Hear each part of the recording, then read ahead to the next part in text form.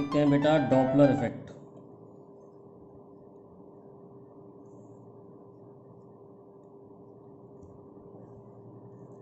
When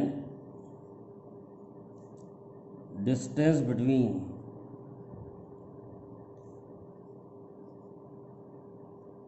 source and observer changes,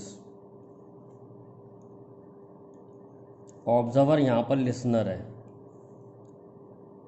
distance between source and observer, listener मतलब जो आवाज़ सुन रहा है। When distance between source and observer changes, then apparent frequency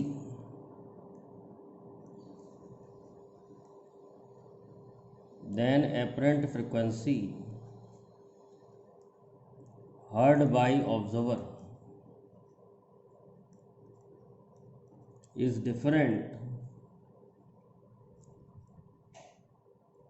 from actual frequency.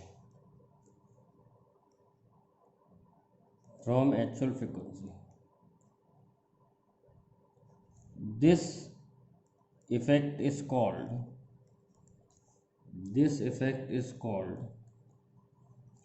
Doppler effect.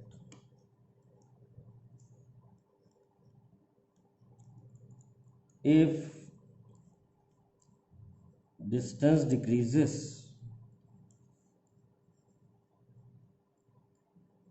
then frequency heard is more.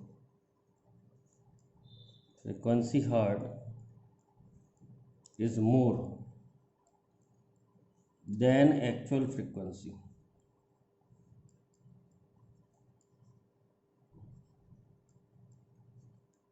If distance increases,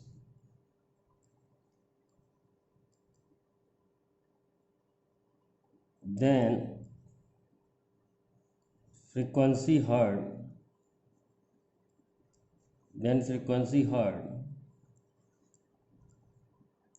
is less than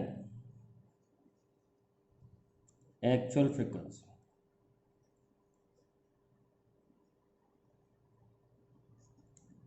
Doppler effect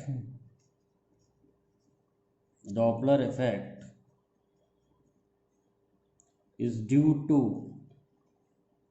relative motion of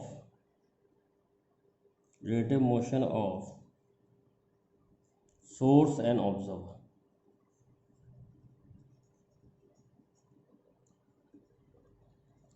If there is no relative motion,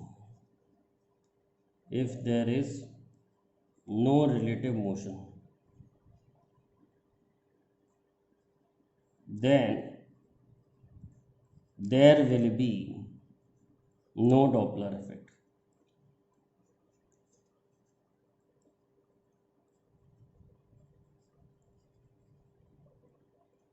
Doppler effect की numerical करने के लिए आपको मैं 8 cases सिखाऊंगा। उन 8 cases से ही सारे न्यूमेरिकल सॉल्व हो जाते हैं।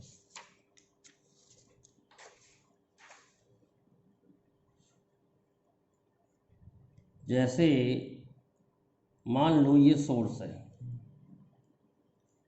और ये ऑब्जर्वर है।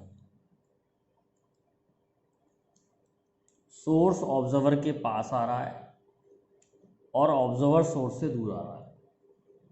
इसका फार्मूला हम कैसे लिखते हैं और बाकी फार्मूले सब इसी फार्मूले से बन जाते हैं। एक डायरेक्शन ले लो वेलोसिटी ऑफ साउंड का, सोर्स से ऑब्जर्वर की तरफ। ध्यान रखना वेलोसिटी ऑफ साउंड हमेशा सोर्स से ऑब्जर्वर मानना है। तो इसका फार्मूला होता है n dash is equal to n v minus we o upon v minus we s. आपको बात ये याद रखनी है कि ऑब्जर्वर का इफेक्ट ऊपर आता है, सोर्स का इफेक्ट नीचे आता है। v यहाँ पर है वेलोसिटी ऑफ साउंड। वैसे तो क्वेश्चन में दी होगी, लेकिन अगर नहीं दी है तो इसको 330 आप अज्यूम कर सकते हैं। Vs है वेलोसिटी ऑफ सोर्स, और वीओ है वेलोसिटी ऑफ ऑब्जर्वर। अब साइन कन्वेंशन क्या यूज़ करने हैं वो समझते हैं। अगर सोर्स और वेलोसिटी ऑफ साउंड का डायरेक्शन सेम है तो माइनस आएगा, सोर्स और ऑब्जर्वर की वेलोसिटी का डायरेक्शन सेम है तो माइनस आएगा। अगर डायरेक्शन उल्टा हो जाएगा तो हमें प्लस लेना पड़ेगा। v यहाँ पर वेलोसिटी ऑफ साउंड है और वेलोसिटी ऑफ साउंड सोर्स से ऑब्जर्वर माननी है। तो वो 8 केसेस क्या हैं। मान लो सोर्स रुका हुआ है और ऑब्जर्वर चल रहा है v नॉट वेलोसिटी से, तो आपको क्या करना है, वेलोसिटी ऑफ साउंड को मानना है सोर्स से ऑब्जर्वर। अब ध्यान से देखें, इसका फार्मूला कैसे लिखेंगे, n dash is equal to n. अब वेलोसिटी और ऑब्जर्वर और वेलोसिटी ऑफ साउंड का डायरेक्शन सेम है तो v माइनस वी ओ, और क्योंकि सोर्स रुका हुआ है तो उसकी वेलोसिटी ज़ीरो हो गई। तो फाइनल फार्मूला जो आया वो आया n v minus we o upon v. इसमें एन है एक्चुअल फ्रिक्वेंसी जो सोर्स की है, और एन डैश है एपरेंट फ्रिक्वेंसी जो उसे सुनाई दे रही है। एन डैश एपरेंट फ्रिक्वेंसी जो उसे सुनाई देगी। अब दूसरा केस लेते हैं, सोर्स रुका हुआ है और ऑब्जर्वर पास आ रहा है। फिर ध्यान रखें, साउंड का डायरेक्शन सोर्स से ऑब्जर्वर लेना है।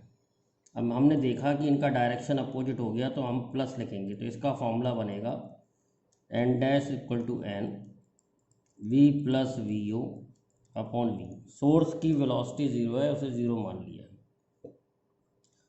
और केस देखते हैं, सोर्स जा रहा है और ऑब्जर्वर, सोर्स जा रहा है वी एस वेलोसिटी से, ऑब्जर्वर रखा हुआ, साउंड का डायरेक्शन सोर्स से ऑब्जर्वर मानना है। तो एन डैश, इस समय ऑब्जर्वर की वेलोसिटी ज़ीरो है तो v माइनस ज़ीरो, और साउंड और सोर्स का डायरेक्शन सेम है तो v माइनस वी एस। ये आ जाएगा N V upon we minus V S. अब देखिए, सोर्स जो है दूर जा रहा है ऑब्जर्वर से, साउंड का डायरेक्शन सोर्स से ऑब्जर्वर ही मानना है। तो एन डैश हो जाएगा N V upon we plus we s. मैंने बताया था ना, डायरेक्शन अपोजिट हो तो प्लस हो जाता है और डायरेक्शन सेम हो तो माइनस होता है। और केसेस देखते हैं, 8 केसेस हैं, 8 केसेस हैं बेटा। एक तो पहला केस तो यही है एक, बाकी केस इससे बनाए हैं 2 3 4 5, 8 केसेस हो सकते हैं इसमें। अब देखिए, सोर्स जो है वो इधर जा रहा है और ऑब्जर्वर इधर जा रहा है। सोर्स ऑब्जर्वर की तरफ जा रहा है और ऑब्जर्वर सोर्स की तरफ जा रहा है। हमें साउंड का डायरेक्शन सोर्स से ऑब्जर्वर ही मानना है। ये दोनों सेम डायरेक्शन में, तो इसमें माइनस आएगा, और ये दोनों अपोजिट डायरेक्शन में, इसमें प्लस आएगा। N we plus v o upon we minus V S. अब देखते हैं, ये ऑब्जर्वर है, सोर्स इधर जा रहा है और ऑब्जर्वर इधर जा रहा है। साउंड का डायरेक्शन सोर्स से ऑब्जर्वर मानना है। जिनका डायरेक्शन सेम होगा उसमें माइनस आएगा। एन डैश बराबर N V minus we o, source और वेलोसिटी ऑफ साउंड अपोजिट है तो प्लस आएगा, वी प्लस वी एस। ये हो गया आपका 6th केस, ये हो गया आपका 7th केस, और ये लास्ट 8 केस है। ऑब्जर्वर, सोर्स इधर जा रहा है और ऑब्जर्वर इधर जा रहा है। साउंड का डायरेक्शन सोर्स से ऑब्जर्वर मानना है, तो दोनों ही वेलोसिटी ऑफ साउंड के अपोजिट है, तो v plus v o upon we plus we s. सबसे पहले आप न्यूमेरिकल सॉल्व करने के लिए सबसे पहले आप क्या करें कि आप इसमें से डायग्राम बनाइए और देखिए कौन सा केस है, फिर फॉर्मूला लगा के उसको लगा दीजिए।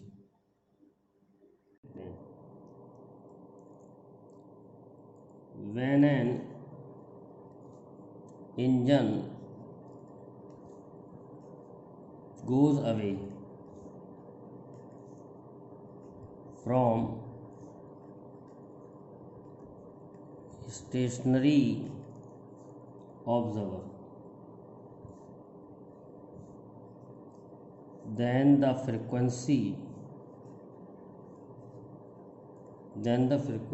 of whistle of engine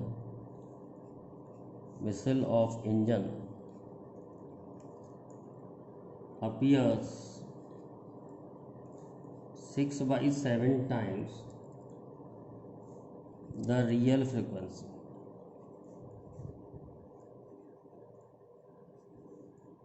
Calculate speed of engine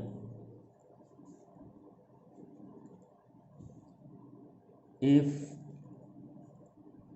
speed of sound is 330 metre पर सेकेंड। तो सबसे पहले हम डायग्राम बनाएंगे। डायग्राम बनाने के बाद फॉर्मूला निकालेंगे। फॉर्मूला निकालने के बाद हम उसमें वैल्यू पुट करेंगे। तो पहली बात तो n मान लो एक्चुअल फ्रिक्वेंसी है, तो n डैश जो है वो 6/7 ऑफ n है, ये दिया हुआ है। एपरेंट फ्रिक्वेंसी जो है 6/7 टाइम्स द रियल फ्रिक्वेंसी है। n रियल फ्रिक्वेंसी मान ली, रियल फ्रिक्वेंसी n है। अब देखिए डायग्राम बनाते हैं। ये सोर्स है, ये ऑब्जर्वर है। तो ऑब्जर्वर स्टेशनरी है, तो ऑब्जर्वर को स्टेशनरी कर देते हैं। और इंजन इज गोइंग अवे, तो अवे जा रहा है, तो सोर्स इधर जा रहा है। वेलोसिटी ऑफ साउंड हमेशा सोर्स से ऑब्जर्वर माननी है। तो फॉर्मूला क्या बनेगा, n डैश बराबर n v minus we O zero upon, ये दोनों अपोजिट डायरेक्शन में है तो v प्लस वी एस। अब n डैश दे रखा है 6/7 n is equal to n। Velocity of sound दे रखी है 330 अपॉन 330 प्लस वी एस। तो n और n कैंसिल हो गया, तो हम वी एस की वैल्यू यहाँ से निकाल लेंगे। तो ये वी एस की वैल्यू अगर आप सॉल्व करके निकालोगे तो ये वी एस की वैल्यू निकलती है 55 मीटर पर सेकेंड। सॉल्व करके देख लेना, आंसर आ जाएगा। नहीं आएगा तो मेरे इस नंबर पे कांटेक्ट कर लेना। और क्वेश्चन देखते हैं। An engine is approaching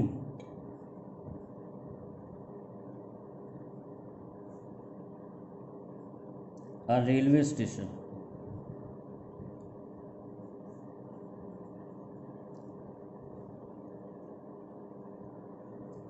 at speed 5 meter per second while sounding a whistle of 600 hertz.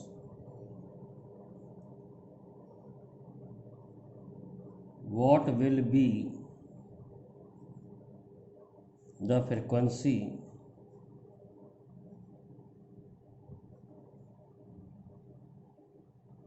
of whistle as heard by observer on platform?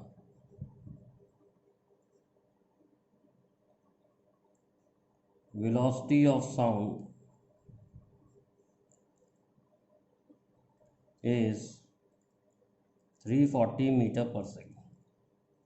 सबसे पहले आप डायग्राम बनाइए। इंजन सोर्स है, तो सोर्स इंजन प्लेटफॉर्म की तरफ आ रहा है, यानी इंजन ऑब्जर्वर की तरफ आ रहा है 5 मीटर पर सेकेंड से। अब इसका फॉर्मूला लिखने के लिए वेलोसिटी ऑफ साउंड मार्क कर लीजिए। वेलोसिटी ऑफ साउंड सोर्स से ऑब्जर्वर है, तो एन डैश का फॉर्मूला हो जाएगा एन वी माइनस ज़ीरो, और इन दोनों का डायरेक्शन सेम है। वेलोसिटी ऑफ सोर्स और वेलोसिटी ऑफ साउंड सेम है, तो वी माइनस वी एस। तो N dash is equal to N, N की वैल्यू दे रखी है 600, वेलोसिटी दे रखी है 340 अपॉन 340 माइनस 5, सोर्स की वेलोसिटी 5 दे रखी है। सॉल्व करेंगे इसे तो ये आ जाएगा 600 इंटू 340 अपॉन 335। जब हम पूरा सॉल्व करेंगे तो ये वैल्यू निकल के आएगी 609 हर्ट्ज। तो इस तरीके से प्रॉब्लम को सॉल्व करा जा सकता है। अब हम देखते हैं when a source crosses an stationary observer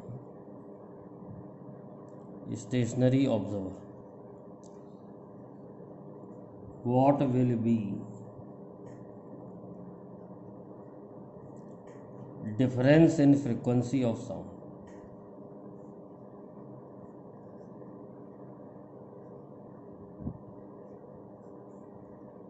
ये दिया हुआ है कि सोर्स की वेलोसिटी साउंड की वेलोसिटी से काफ़ी कम है। वेलोसिटी ऑफ साउंड से सोर्स की वेलोसिटी काफ़ी कम है, ऐसा दिया है। तो ये ऑब्जर्वर है और एक सोर्स इसको क्रॉस कर रहा है। सोर्स यहाँ पर है और सोर्स यहाँ पर है, क्रॉस कर रहा है इसे। तो पहले इसके पास आ रहा है, फिर इससे दूर जा रहा है, यानी दो फॉर्मूले लगाने पड़ेंगे। जब पास आएगा तो अलग फ्रिक्वेंसी सुनाई देगी, जब दूर जाएगा तो अलग फ्रिक्वेंसी सुनाई देगी। तो जब पास आ रहा है तो वेलोसिटी ऑफ साउंड इधर है, तो एन डैश हो जाएगा N V upon we minus we S. जब दूर जा रहा होगा तो साउंड का डायरेक्शन हो जाएगा, सोर्स से ऑब्जर्वर होता है साउंड का डायरेक्शन इधर, तो एन डबल डैश हो जाएगा N V upon we plus we S, यानी पहले ज़्यादा सुनाई देगी, बाद में कम सुनाई देगी। तो he is asking difference in frequency. तो डिफरेंस इन फ्रिक्वेंसी हो जाएगा delta N is equal to N dash minus N double dash. तो N we upon we minus we S minus N we upon we plus we S. LCM ले लें, V square minus we S square, तो N we plus we S minus N we minus we S. Solve करेंगे तो ये आ जाएगा 2n V S upon V square minus we S square. अगर source की वेलोसिटी साउंड के comparable दी है तो यही फॉर्मूला लगा दो, और अगर सोर्स की वेलोसिटी साउंड से छोटी दी है तो फॉर्मूला बन जाएगा delta N is equal to 2n V S upon V square. तो 2n V S upon V, एक वी कैंसिल हो जाएगा। अगर यहाँ पर पूछ ले percentage change in frequency, percentage change in frequency पूछ ले, कुछ सवालों में डायरेक्ट भी पूछ लेता है परसेंटेज चेंज इन फ्रिक्वेंसी, वो क्या होगा delta N upon N into 100। तो डेल्टा एन अपॉन एन की वैल्यू आ जाएगी 2vs upon V, 2vs upon V into 100। ये फॉर्मूला लगा कर भी डायरेक्ट सवाल सॉल्व करे जा सकते हैं जिसमें परसेंटेज चेंज दे, वैसे इससे हो जाएगा।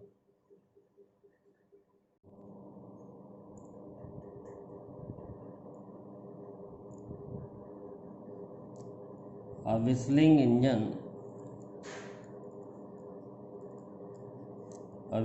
engine is approaching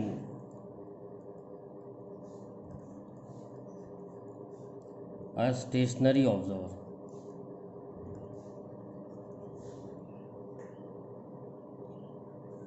with a velocity 110 meter per second. Find the ratio of apparent frequency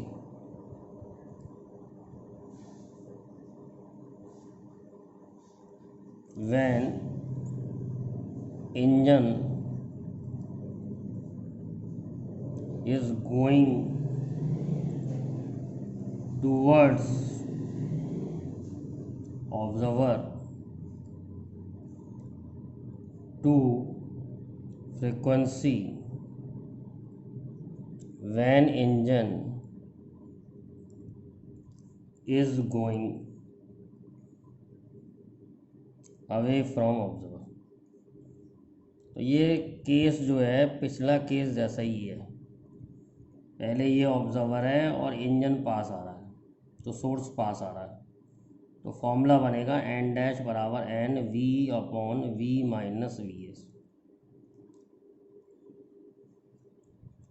velocity of sound 330 लेना है। अब ये सोर्स है और इंजन दूर जा रहा है, तो साउंड का डायरेक्शन सोर्स से ऑब्जर्वर मानना होता है, तो एन डबल डैश बराबर N V upon we plus we S. तो ध्यान रखें, क्वेश्चन ये है कि जब पास आ रहा है और जब दूर जा रहा है इसकी रेशियो चाहिए, तो N dash upon N double dash चाहिए। तो ये सॉल्व करके आ जाएगा V plus we S upon we minus we S. तो वी दे रखा है 330 प्लस 110 अपॉन 330 माइनस 110, तो ये आ जाएगा 440 upon 220, 2:1।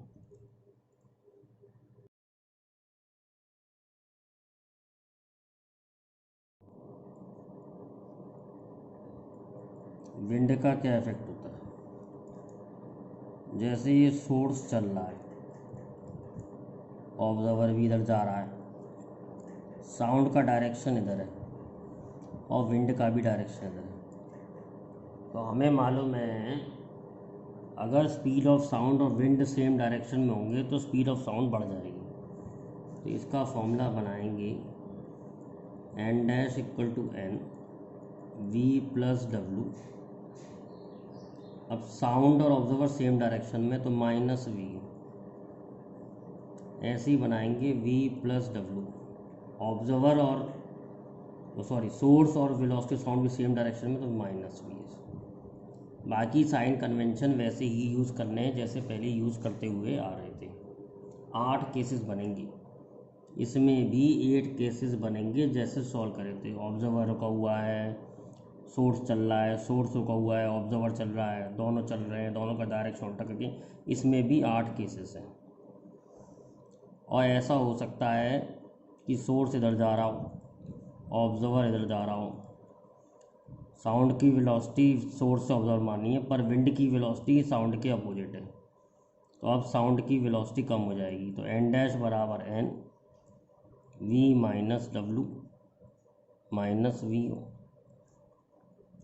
Minus W minus we S. इसके भी 8 केस बनेंगे। एन आपको मालूम ही है, एन है एक्चुअल फ्रीक्वेंसी, एन है एक्चुअल फ्रीक्वेंसी और एन डैश है apparent frequency.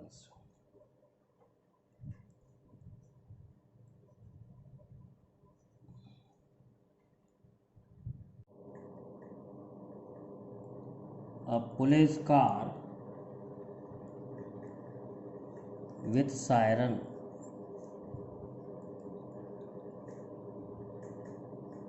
of frequency 8 kilohertz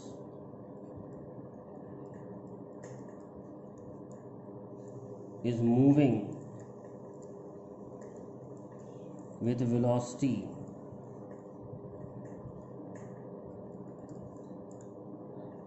36 km/h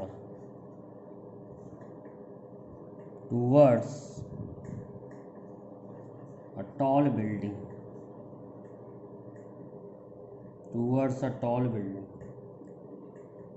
which reflect sound waves.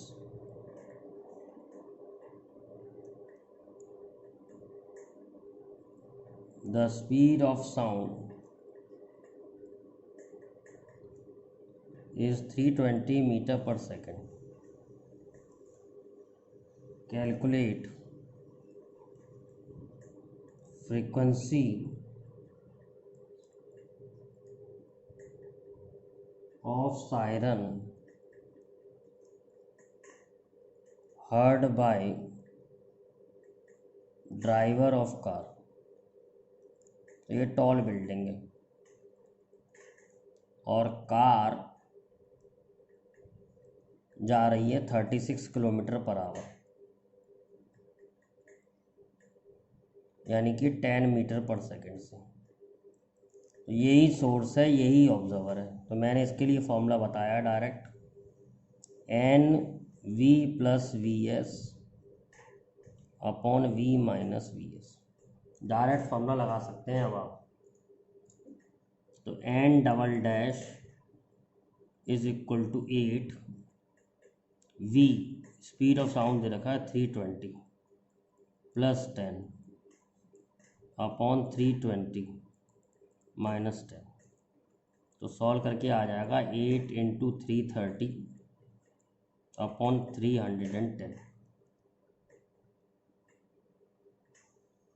जब आप इसे सॉल्व करेंगे तो ये आ जाएगा 8.5 किलो हर्ट्ज। डायरेक्ट सवाल है।